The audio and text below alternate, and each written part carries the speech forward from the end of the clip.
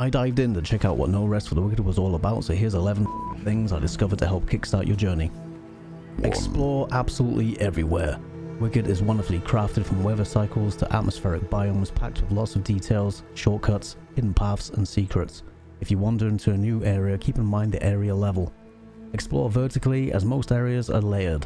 It pays to explore every part and pick up everything. Blue wispy ball things, pick them up. Red balls, defo check them out.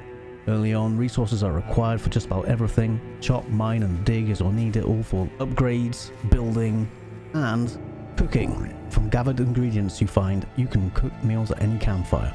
Early on, I would recommend keeping many meals on you to keep yourself topped up. To unlock more recipes, you can also research early on to make full use of any ingredients you find. Crafting. Sacrament has its own progression to invest in, like upgrading vendors, and early on this is much of where all your resources will go. Don't waste your time on resources on gear until mid to late game, or if you have an idea of the direction for your build. In a similar way to Path of Exile 2 at current, gear crafting is reliant on materials called Embers. Different Embers have their own function, best kept until you develop the right gear for you and your build. As you progress through the story, hold on to them until much later, as they become quite scarce, which is why it's important to do the dailies. Once you've met Captain Randolph in Sacrament, he'll provide these to you. These are realm bound, so if you wanted to do more, you could always start a new realm.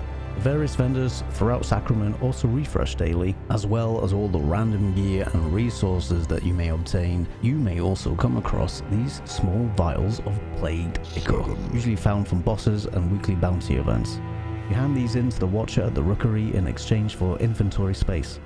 I recommend maxing out resources and miscellaneous stashes first and gear slots last, which brings me to attributes. Pay close attention to your gear requirements and what attributes they need. Unlike some traditional ARPGs, attributes like strength, dexterity, intelligence don't provide any other inherent character bonuses. For now, just gear requirements. However, this system is likely to change in the future in favor of a class-based progression system.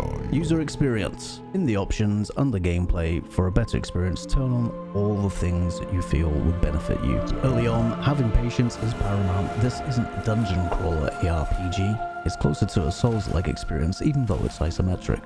It's important to control the fight, so positioning, timing, and sometimes healing windows matter more than raw DPS. And finally, parrying. Learn enemy animations so you can parry, parry, parry, parry, parry, parry, parry, parry, parry, and that's enough of that.